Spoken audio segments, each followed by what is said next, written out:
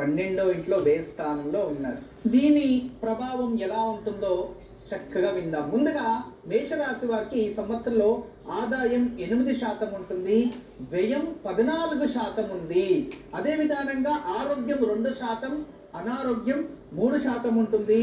రాజ్యపూజ్యం 5%, రాజకోపం 6% ఉంది. సుఖము 3, దుఃఖము కూడా 3 సరి సమానంగా ఉంది. ఇది మేషరాశి వారికి. ఇక మేషరాశి వారికి ఈ సంవత్సరం చాలా శుభకరంగా ఉంటుంది. మే తర్వాత ఉద్యోగంలో ప్రగతి, ప్రమోషన్స్ అన్నీ ఉంటాయి. విదేశీ ప్రయాణాలు కలిసి వస్తుంది. ఉన్నత అధికారం ప్రాప్తిస్తుంది. రాజయోగం ప్రాప్తిస్తుంది. మేషరాశి వారికి ఆర్థికంగా అభివృద్ధి అవుతారు.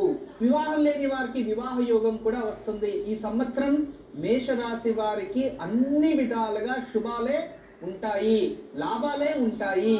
ఏ పని చేసినా వాళ్ళకి సక్సెస్ అనేది ఈ సంవత్సరంలో చాలా మంచిగా కనబడుతుంది. కానీ ఇతరుల అసూయ వల్ల మరియు ద్వేషం వల్ల మరియు బంధువులే శత్రువులు అవ్వటం, మిత్రులు శత్రువులు అవ్వటం, మరియు మిమ్మల్ని చూసి ఇతరులు అసూయంతో ద్వేషం పెంచుకొని వాళ్ళతో మనస్పర్ధాలు వస్తాయి. అనుకోకుండా మీ అభివృద్ధిని సహించలేకుండా వాద వివాదాలు, కోర్టు గొడవలు వెళ్ళే పరిస్థితులు వస్తాయి.